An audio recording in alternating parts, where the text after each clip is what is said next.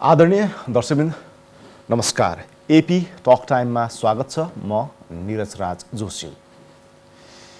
एमसीसीका कारण संसद पनि ठप्प हुने स्थिति देखिएको छ। अर्कोतर्फ सत्तारूढ दलहरू बीचमा नै फाटो आउने अवस्था सृजना भएको छ। आज पनि एमसीसी टेबल हुने नहुने दुविधा देखिएको छ। यद्यपि सम्भावित संसदको कार्यसूचीमा एमसीसी को विषय नसमेटिएको भनिएको छ। सरकारले एमसीसीलाई अर्थात् भनौँ सरकारको नेतृत्व गरिरहेको पार्टी नेपाली कांग्रेसले आजको बैठकमा एमसीसीलाई टेबल गर्ने तयारी गरिएको जनाएको छ। तर सभामुख सर्वदलीय सहमति नभएसम्म एमसीसीलाई संसदमा टेबल गर्न नसकिने अडानमा हुनुहुन्छ र उहाँलाई नेकपा माओवादी केन्द्र र सत्तारूढ घटक समाजवादी पार्टीले साथ दिइरहेको आरोप पनि लाग्ने गरेको छ। सभामुखको भूमिका निष्पक्ष नभएको भनेर पछिल्लो समयमा नेपाली कांग्रेसका केही नेताहरूले बताइरहेका छन्। त्यसो त सभामुखको भूमिकालाई लिएर प्रमुख प्रतिपक्षी दल नेकपा एमाले करिब 3-4 महिनादेखि संसदको बैठक अवरुद्ध गर्दै आएको छ। यस्तो अवस्थामा निकास के हुन सक्छ? सभामुखको भूमिका कस्तो हुन सक्छ र संसद सचिवालयले आफूलाई कसरी प्रस्तुत गर्न सक्छ? आज हामी यिनै विषयसँग सम्बन्धित रहेर यो बसाइमा कुराकानी गर्नेछौँ र हामीसँग हुनुहुन्छ संसद सचिवालयका पूर्व सचिव मुकुन्द शर्मा। उहाँलाई कार्यक्रममा स्वागत गर्ने अनुमति चाहन्छु। यहाँलाई स्वागत छ। नमस्कार, धन्यवाद। लामो समय संसदमा बसेर भूमिका निर्वाह गरेको एकजना उपल्लो तहको कर्मचारी संसदमा अहिले भइरहेको जुन गतिविधि छ त्यो गतिविधिलाई संसदको दिनदिनका कार्यसूची भन्दा बाहिर रहेर हेर्दाखेरि कस्तो अनुभूति हुन्छ? धन्यवाद। पहिलो कुरा, संसद केका लागि? संसद तपाईँ हाम्रो दैनिक जनजीवनमा परेका समस्याहरू समाधान गर्दै सरकारलाई आवश्यक सल्लाह सुझाव सहितको निर्देशन दिनको लागि संसद हो र संसद जनताबाट चुनिएर गएका सार्वभौम सत्ता सम्पन्न जनप्रतिनिधिबाट संसदको गरिमा र आस्था मर्यादालाई बढोत्तरी गर्नुपर्ने क्रियाकलाप अगाडि बढ्नुपर्ने हो। तर दुर्भाग्यवश अघि यहाँले सुरुमा प्रारम्भमा जे जस्ता कुराहरू उल्लेख गर्नुभएको छ देखिएका छन्, त्यो अनुरूपमा हेर्दाखेरि चाहिँ संसदले आफ्नो मर्यादा या सांसदज्यूहरूले आफ्नो मर्यादालाई चाहिँ कायम गर्नुभएको जस्तो बाहिरबाट देखिरहेको छैन र त्यसले गर्दा अन्ततोगत्वा संसदप्रतिको जनआस्थामा ह्रास आउँदै अरू धेरै विकृतिहरू जन्मन सक्ने आशंकाहरू बाहिर देखिएका छन्। अहिले जसरी एमसीसीलाई संसदमा टेबल गर्ने कि नगर्ने भन्ने राजनीतिक पार्टीहरू, राजनीतिक विचार दुईवटा ध्रुवमा ध्रुवीकृत भइरहेको छ। सत्ता गठबन्धनकै प्रमुख दल नेपाली कांग्रेस जसरी पनि एमसीसीलाई संसदमा टेबल गर्ने तयारीमा छ र सत्ता घटककै अरू दल या सत्तारूढ नेकपा माओवादी केन्द्र र नेकपा एकीकृत समाजवादी अहिलेकै अवस्थामा एमसीसीको प्रस्तावलाई संसदमा टेबल गर्न नसकिने भइरहेका छन्। यहाँनिर सभामुखको भूमिका के रहनु पर्थ्यो र के भइरहेको छ? अहिले जुन परिस्थिति देशमा निर्माण भइरहेको छ र प्रतिनिधि सभामा जे जस्ता क्रियाकलापहरू भइरहेको छ त्यो यो वा त्यो रूपमा कुनै पनि रूपमा जायज मान्न सकिँदैन।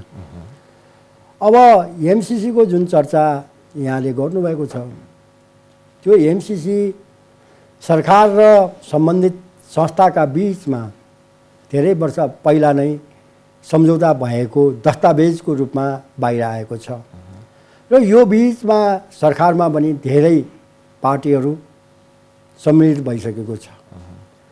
त्यसमा देखिएका प्रावधानहरू जुन राष्ट्रहित छैन या चाहिँ राष्ट्रलाई प्रतिकूल हुनेछ भन्ने जुन चर्चा बाहिर आएको छ, यदि त्यो भएको हो भने नेपाल सरकारको मेसिनरी छ, सरकार थियो, त्यतिखेर चाहिँ सरकार किन त्यसलाई चाहिँ परिमार्जन गर्ने पक्षमा सम्बन्धित निकायहरूसँग चाहिँ छलफल गर्ने पक्षमा गएन? एउटा चाहिँ गम्भीर प्रश्न। आजभन्दा अगाडि रहेका सम्पूर्ण सरकार चाहिँ त्यो मामलामा किन चुकेको, त्यतातिर हामीले एउटा ध्यान दिनुपर्ने जस्तो लाग्छ।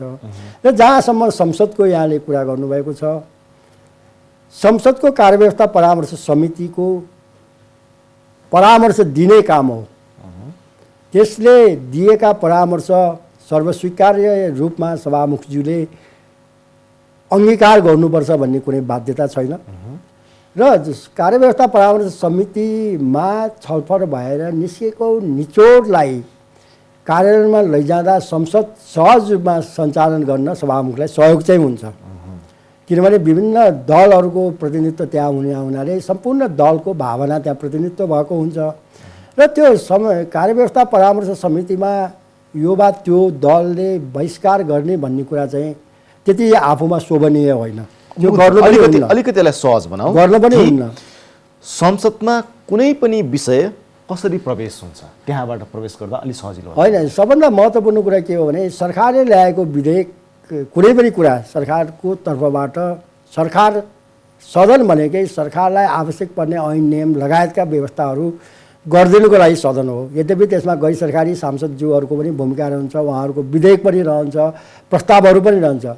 तर अब न्यायावलीले के गरेको छ भन्दा सरकारले ल्याएका कुनै पनि विधेयक लगायतका प्रस्तावहरूलाई केही दिन, जस्तो विधेयकको हकमा हो भने 5 दिन होइन, अरू कुनै प्रस्तावको हकमा हो भने केही दिनहरू चाहिँ कसैमा 5 दिन होला, कसैमा 10 दिन होला, सङ्कल्प प्रस्तावका कुरा गर्दा 7 दिन होला। यी रूपमा चाहिँ सभामुखज्यूले अध्ययन अनुसन्धान गर्ने या चाहिँ सरकारसँग छलफल गर्न सक्ने व्यवस्थाहरू छ भनेर त सरकारले सक्नुहुन्छ। न त सरकारले ल्याएको बिजनेसमा सभामुखज्यूलाई कुनै कुरा चित्त नबुझेको छ भने सरकारसँग परामर्श गर्न सकिन्छ, यो विषयमा के हो भन्न सकिन्छ र त्यसलाई चाहिँ म कुनै पनि हालतमा सदनमा टेबल गर्दैन, फलानुको चाहिँ सहमति चाहियो या सर्वदलीय सहमति चाहियो भन्ने अधिकार चाहिँ सभामुखजीसँग रहन्छ जस्तो मलाई चाहिँ लाग्दैन, मेरो आफ्नो अनुभवमा। किन भनेको भने सरकारले यदि गलत गरेको छ भने त संसदले त्यो गलतलाई चाहिँ सच्याउने अधिकार त संसदसँग छ नि त। रिजेक्ट गर्न सक्छ संसदले। प्रत्येक सांसदहरू सार्वभौम सत्ता सम्पन्न हुन्, आफ्नो कुराहरू संसदमा राखेर त्यो विषयमा व्यापक छलफल गराएर त्यसलाई रिजेक्ट गर्न सक्छ, परिमार्जन गर्न सक्छ। होइन हामी यो रूपमा परिमार्जन गरेर मात्र चाहिँ यो अनुमोदन गर्छौँ भन्न सक्छ उसले। अब अलिकति सहजताको लागि यहाँनिर त्यो अधिकार सभामुखको होइन, त्यो अधिकार त्यहाँ प्रतिनिधित्व गर्ने सांसदहरूको हो। सभामुखज्यूको भनेको चाहिँ सभालाई सुव्यवस्थित रूपमा सञ्चालन गर्नको लागि शान्ति सुरक्षाको पाटोमा सभामा कुनै असहज परिस्थिति उत्पन्न हुन लाग्यो भने त्यतिखेर उहाँले चाहिँ आफ्नो चाहिँ विशेषाधिकार प्रयोग गर्न सक्ने सम्भावनाहरू न्यायावलीले दिएको छ। तर सरकारले ल्याएको कुनै पनि दस्तावेजलाई चाहिँ रोकेर चाहिँ लामो समयसम्म रोकेर राखेर म टेबलै गर्न सक्दिनँ भन्ने चाहिँ मलाई चाहिँ लाग्छ संसदीय इतिहासमा यो चाहिँ एकदम नौलोको परम्परा हो।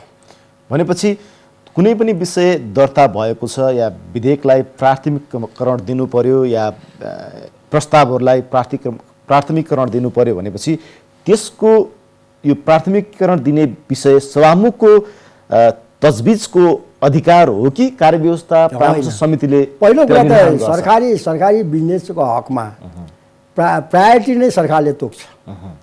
सरकारको विधेयक त धेरै आइराखेको हुन्छ गभर्मेन्ट पार्लियामेन्टमा पास गर्नको लागि। कुन विधेयक कति अर्जेन्सी छ भन्ने कुरा त सरकारलाई थाहा हुन्छ नि त। या कुनै पनि प्रस्तावको अर्जेन्सी सरकारलाई थाहा हुने, सरकारको प्रायोरिटीमा चाहिँ सदनले चाहिँ त्यसलाई अगाडि बढाउनुपर्छ। यद्यपि कहिलेकाहीँ कस्तो हुन्छ त भन्दा हाम्रो 2टा सदन भएको कारणले गर्दा वा त्यो नाममा चाहिँ एउटा सदनमा अलि धेरै बिजनेस भइरहेको, अर्को सदनमा बिजनेस नभएको अवस्थामा चाहिँ विधेयकहरूको हकमा है, विधेयकको हकमा कुरा गर्दा संविधानले रोकेका केही प्रावधान बाहेकका विधेयकहरू चाहिँ सभामुखजीले होइन म चाहिँ यो चाहिँ राष्ट्रिय सभामा या राष्ट्रिय सभामा आइराखेका विधेयक यो प्रतिनिधि सभामा भन्ने खालको छलफलमा अगाडि बढाएर काम गर्न सक्ने अधिकार चाहिँ देखिन्छ। तर के भने प्रायोरिटीमा सरकारले यो मेरो पहिलो प्रायोरिटी हो, म यसलाई चाहिँ पास गर्न चाहन्छु, सदनमा लगिदेऊ भन्दा रोक्न सक्ने अवस्था देखिएन। अब यसको सन्दर्भमा एउटा कुरा यहाँ चाहिँ ध्यान दिनुपर्ने कुरा के छ भन्दाखेरि विधेयकहरूको कुरा गर्ने हो भने तपाईँले सरकारले ल्याएको विधेयक चाहिँ प्रस्ताव प्रस्तुत गर्ने ब्यौरालाई नै असहमति जनाएर मान्य सदस्यहरूले चाहिँ आफ्नो प्रस्ताव पेश गर्न सक्ने न्यायावलीको अधिकार छ। तर अहिले हामीले जुन कुरामा चाहिँ कुनै पनि सरकारका प्रस्तावका कुरा गरिरहेका छौँ, प्रस्ताव भन्नाले अहिले एमसिसीकै कुरा गरौँ या अरू कुनै प्रस्ताव होला, त्यसमा चाहिँ त्यो रूपको चाहिँ अधिकार सांसदहरूलाई पनि छैन। सदनमा एकैचोटि गइसकेपछि उहाँहरूले चाहिँ त्यसमा छलफल गरेर रिजेक्ट गर्न सक्नुहुन्छ। तर सुरुमा म प्रस्तुतै गर्न दिन्न यो भन्ने विधेयकको हकमा छ। हेर्नुहोस्, न्यायावलीले त्यसलाई क्याटेगोरिकली चाहिँ यो विधेयक सिद्धान्तमाथि नै मेरो असहमति छ, यो प्रस्तुत गर्नै मिल्दैन, त्यसकारण सरकारले फिर्ता दिनुपर्छ भन्न सक्छ संसदले। त्यसमा छलफल गरेर सदनको निर्णयअनुसार यदि फिर्ता लिने निर्णय भयो भने निर्णय पनि प्रक्रियामा लिएर जानु पर्यो। अहिले त प्रक्रियामा गएको छैन, त्यत्तिकै तपाईँ चाहिँ त्यहाँ चाहिँ पेन्डिङ रूपमा राखेर त त्यसले चाहिँ कसरी संसदको सार्वभौम सत्ता संसदमा छ भन्ने कुरा कसरी प्रमाणित हुन्छ र? अब जस्तै आजैको विषयलाई हामी अलिकति छलफल गरौँ कि आज एमसिसीलाई टेबल गर्ने भनेर सरकार या नेपाली कांग्रेस या प्रधानमन्त्री शेरबहादुर देउवाले भनिरहनु भएको कुराहरू बाहिर आइरहेको छ। तर संसद सचिवालयले तय गरेको आजको सम्भावित कार्यसूचीमा एमसिसीको प्रस्ताव छैन भनिएको छ। सरकारले दिउँसोसम्ममा 1 बजे संसदको बैठक आह्वान गरिएको छ। त्यस अगाडि आज संसदमा एमसिसीको प्रस्ताव टेबल हुन्छ भनेर सरकारले संसदलाई या संसद सचिवालयलाई या सभामुखलाई या कार्यव्यवस्था परामर्श समितिलाई निर्देश गर्न सक्छ कि सक्दैन? निर्देश चाहिँ गर्न सक्दैन, निर्देशको कुरा भएन। तर कुरा के हो भने यहाँले जुन कुरा भन्नुभएको छ सम्भावित कार्यसूची भनेर जुन भन्नुभएको छ नि, सम्भावित कार्यसूची तपाईँ हामीलाई थाहा छ सदन सञ्चालन हुने बेलामा सम्म पनि त्यसलाई परिमार्जन गर्न सकिन्छ। त्यो सम्भावित मात्रै हो, सम्भावित मात्रै भएको हुनाले अहिले सम्भावित भएको कार्यसूचीमा नपरेकै कुरा भरे 1 बजे त्यो पर्दैन भन्ने कुरा चाहिँ मलाई विश्वास छैन। त्यो चाहिँ 1 बजेको बैठक अहिलेको हामीले न्यायावलीले 2 घण्टासम्म बैठक बस्न सकेन भने स्वतः स्थगित हुने कुरा गरेको छ। होइन भने कुनै कारणले छलफलमा त्यो बैठक सम्बन्धी कुराहरूमा छलफल गरेर अर्को त्यो 1 बजे होइन 3 बजे भित्रमा पनि सम्भावित कार्यसूची परिमार्जन हुन सक्छ। त्यसले गर्दा त्यो कुरा हुनै सक्दैन भन्ने कुरा चाहिँ भएन सम्भावित कार्यसूची। तर रह्यो के भने अब कार्यसूची निर्माण गर्ने चाहिँ अधिकार भनेको के हो त भन्दा फेरि सभामुखजीको हो। त्यो कार्यसूची निर्माण त्यो अधिकार चाहिँ त्यो सभामुखजीको हो, त्यसमा कुनै दुई मात्रै छैन। सभामुखज्यूले कार्यव्यवस्था परामर्श गर्न सक्नुहुन्छ, प्रधानमन्त्रीसँग परामर्श गर्न सक्नुहुन्छ, यहाँ चाहिँ संसदीय व्यवस्था मन्त्रीसँग परामर्श गर्न सक्नुहुन्छ। तर सरकार कुनै पनि रूपमा आफ्नो प्रायोरिटीभित्र रहेको कुरालाई आज पेश गर्छु या भोलि पेश गर्छु भन्ने कुरामा उहाँ हुँदै यदि त्यो रूपमा चाहिँ नगरियो भने त वान म्यान सो भयो नि त। पार्लियामेन्टको लागि सभामुख मात्रै भइहाल्यो नि त। किन भनेपछि अझ यसलाई सहज बनाऊ कि सरकारले चाह्यो या संसदीय व्यवस्था तथा कानुन मन्त्रीले सरकारको तर्फबाट आज एमसिसीलाई जसरी पनि संसदमा टेबल गर्नुपर्छ त्यो प्रस्तावलाई भनेर सभामुखले त्यहाँनिर हुँदैन भन्नुभयो भने चाहिँ त्यो कस्तो स्थितिको परिकल्पना हो? होइन, अब यो चाहिँ हेर्नु संसदीय व्यवस्थामा चाहिँ हुन त हामीले धेरै कुरा के भन्छौँ भन्दा सुधारिएको संसदीय व्यवस्था हो हाम्रो आफूले चाहिँ हावापानी अनुसारको चाहिँ हामी काम गरिरहेका छौँ भन्छौँ हामी। तर संसारको कुनै पनि पार्लियामेन्टमा मैले जानेसम्म, मैले बुझेसम्म, मैले पढेसम्म चाहिँ सरकारले ल्याएका डकुमेन्टहरूलाई चाहिँ त्यसरी म गर्दिनँ भनेर सभामुखजीले भन्ने चाहिँ परिस्थिति निर्माण भएको छैन। अब हाम्रो यहाँ त हेर्नुहोस् अब कस्तो भयो भन्दा सार्वभौम सत्ता सम्पन्न संसद भन्ने, तर संसदमा भएका क्रियाकलापहरू केही नै पनि त्यो रूपको नदेखिने हुँदाखेरि पनि तपाईँ हामी सम्पूर्ण जनता चाहिँ ठुलो ठुलो हेरेर बसिराखेका छौँ होइन। अझ उहाँहरू त्यसैमा चाहिँ आफूलाई गर्वका साथ प्रस्तुत गर्नुभएको छ। त्यो कुरा त उहाँहरू आफैले आत्मआलोचना गर्नुपर्छ जस्तो लाग्छ मलाई। त्यसरी चाहिँ हुँदैन, त्यसरी त संसदीय व्यवस्था चल्नै सक्दैन नि। अब संसद सचिवालयमा लामो समय काम गरेको एकजना उपलब्ध कर्मचारीको हिसाबमा धेरै सभामुखसँग तपाईँले उठबस गर्नुभएको छ, धेरै नेता कार्यकर्तासँग तपाईँले उठबस गर्नुभएको छ। त्यो मानेमा अहिले सभामुखको भूमिकालाई लिएर प्रतिपक्षी दल र नेपाली कङ्ग्रेसकै कतिपय नेताहरूले आलोचना गरिरहेका छन्। तपाईँले बाहिरबाट हेरिरहँदाखेरि सभामुखको भूमिका त्यो पदमा बसिसकेपछि हुनुपर्ने त्यो तटस्थता देखिन्छ कि देखिँदैन, या के हुनु पर्थ्यो? अब दुईवटा कुरा यहाँले संसद सचिवालय पनि जोड्नुभयो। संसद सचिवालयले सभामुखज्यू लगायतका मान्य सदस्यहरू या समितिहरूलाई सहयोगात्मक भूमिका निर्वाह गर्ने हो। निर्णयात्मक रूपमा सचिवालयले केही पनि गर्न सक्दैन। विद्यमान ऐन नियमका प्रावधान र देखिएका समस्याहरूमा चाहिँ त्यहाँ भएका चाहिँ उच्च पदस्थ कर्मचारीहरूको छलफलबाट या उहाँहरूको कानुनी परामर्शको आधारमा सल्लाह सुझाव दिन सक्ने परिस्थिति रहन्छ। त्योभन्दा बाहेक चाहिँ अब उहाँले यो नै गर्नैपर्छ भनेर सचिवालयले भन्न सक्दैन। यो चाहिँ पहिलो कुरा। दोस्रो कुरा, यहाँले सभामुखज्यूको जुन भूमिकाको सन्दर्भमा कुरा गर्नुभएको छ, अब केही नदेखिएको छैन, देखिएको छ। जस्तो उहाँले कहिलेकाहीँ कार्यव्यवस्था परामर्श समितिको बैठक बोलाइरहनु भएको जस्तो देखिएको छ। केही चाहिँ सर्वदलीय बैठकका आह्वान गरिरहनु भएको जस्तो देखिएको छ।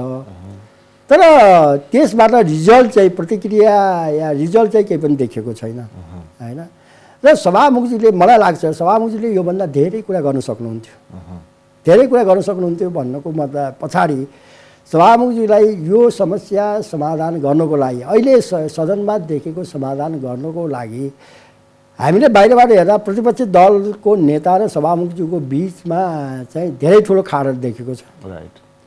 उहाँहरूको विचार चाहिँ एक आपसमा कुनै पनि रूपमा तालमेलै भइरहेको छैन। अब त्यसलाई सहजीकरण गर्नको लागि सभामुखज्यूले यद्यपि भित्रभित्र गरिरहनु भएको छ भने तपाईँ हामीलाई थाहा छैन, त्यसको लागि म क्षमा पनि चाहन्छु। होइन भने चाहिँ उहाँले चाहिँ सचिवालयलाई युज गर्न सक्नुहुन्थ्यो, महासचिवलाई सचिवलाई चाहिँ युज गर्न सक्नुहुन्थ्यो र प्रतिपक्षी दलहरूसँग चाहिँ दलको नेतासँग या प्रतिपक्षी दलका उपनेतासँग या प्रतिपक्षी सम्पूर्ण दलहरूसँग नै छलफल गरेर त्यो जुन दूरीलाई चाहिँ घटाउने काम हुन सक्थ्यो। त्यसै गरी ठिक छ, प्रमुख पदपछि दलको नेता आउनु भएन, अनौपचारिक रूपमा त कसैलाई पनि त आफै पनि जान सकिन्छ नि त। जब अस्तिलो भइसकेपछि इन्भोय बनाएर पनि पठाउन सक्यो, इन्भोय बनाएर पठाउन सक्यो या आफै जान सक्यो। किनभने अहिलेको संसदको चाहिँ जुन डेडलक देखेको छ, त्यो डेडलक चाहिँ सभामुखज्यूसँग प्रत्यक्ष रूपमा सम्बन्धित देखिएको छ। प्रतिपक्षीहरूले सभामुखज्यूकै भूमिका माथि लिएर चाहिँ धेरै कुरा गरिराखेका छ भन्दाखेरि चाहिँ त्यतिखेर चाहिँ आफूलाई चाहिँ मैले गरेको कुरा ठिक छ भन्ने प्रमाणित गर्नको लागि पनि उहाँले त्यो रूपको प्रयास गर्नुभयो कि गर्नु भएन भन्ने कुरा हेर्नुपर्छ। त्यो उहाँको भूमिका त्यति प्रभावकारी भयो कि भएन मैले हेर्नु होइन। पहिला कुरा प्रयासै गर्नुभयो कि भएन भन्दाखेरि बाहिर तपाईँको सञ्चार माध्यमबाट आएको जानकारी अनुसार त त्यो प्रयासै देखिएको छैन जुन लेभलमा हुनु पर्थ्यो। अब दोस्रो कुरा चाहिँ अर्को मलाई लागेको कुरा चाहिँ के हो भन्दा, यो चाहिँ मैले क्षमा माग्दै अनुरोध गर्न चाहन्छु, सदनको नेता सभामुखज्यू हो र सभामुखज्यूले गरेको सम्पूर्ण काम कारबाही ठिक थियो। उहाँलाई लाग्यो होला, सचिवालयलाई लागेको होला, कानुन व्यक्ताहरूलाई त्यही कुरा लाग्यो होला। भनिसकेपछि त्यति गर्दा गर्दै पनि सदनमा रहेको प्रमुख प्रतिपक्षी दल चाहिँ त्यसको विरोधमा चाहिँ निरन्तर रूपमा अघि यहाँले नै भन्नुभयो भने जस्तै कयौँ महिनादेखि 3-4-5 महिनादेखि चाहिँ सदन अवरुद्ध भइरहेको छ। सदनले खेल्नुपर्ने कुनै भूमिका खेल्न सकेको छैन। समितिहरू निष्क्रिय प्राय छन्। भनिसकेपछि अब त्यस अवस्थामा उहाँले गर्न सक्ने के हो त भन्दा, एकजना व्यक्तिको रूपमा चाहिँ व्यक्तिको बन्धकको रूपमा सदनलाई राख्ने कि होइन, मेरो कारणले ल ठिक छ, मैले सबै कुरा ठिक गर्दै पनि मेरो कारणले यो संस्थाको गरिमा आस्था विश्वास चाहिँ कमजोर हुन गयो। त्यसकारण मभन्दा ठुलो यो संस्था हो, यो संस्थालाई मैले बचाउनुपर्छ, यसको मर्यादा गरिमा कायम गर्नुपर्छ भनेर उहाँले त्यो रूपमा चाहिँ सोच्नुपर्ने हो कि भन्ने मलाई चाहिँ लाग्छ। भनेपछि एकजना व्यक्ति केन्द्रित भएर यति ठुलो अप्ठ्यारो स्थिति या भनौँ संसद 6 महिनादेखि सुचारू नभइरहेको अवस्थामा र जुन एक किसिमको आरोप प्रतिपक्षले लगाइरहेको छ सभामुखमाथि र सभामुखकै कारणले संसद सुचारू हुन नसकिरहेको जुन दृष्टान्त देखिरहेको छ, यस मानेमा सभामुखले मार्ग प्रशस्त गरिदिनु पर्थ्यो। होइन, मलाई लागेको चाहिँ के हो भने जब कुनै पनि रूपमा, यद्यपि सभामुख भनेको संस्था हो, यो इतिहास चाहिँ सधैँ रहन्छ नि त, इतिहास रहन्छ। उहाँले एउटा सांसदले बोल्यो कि एउटा शब्दको रेकर्ड रहन्छ। उहाँले गर्नुभएको क्रियाकलाप मैले अघि पनि भने सम्पूर्ण तरिकाले ठिक भयो होला होइन, त्यसमा कुनै आलोचनात्मक रूपमा म जान्न।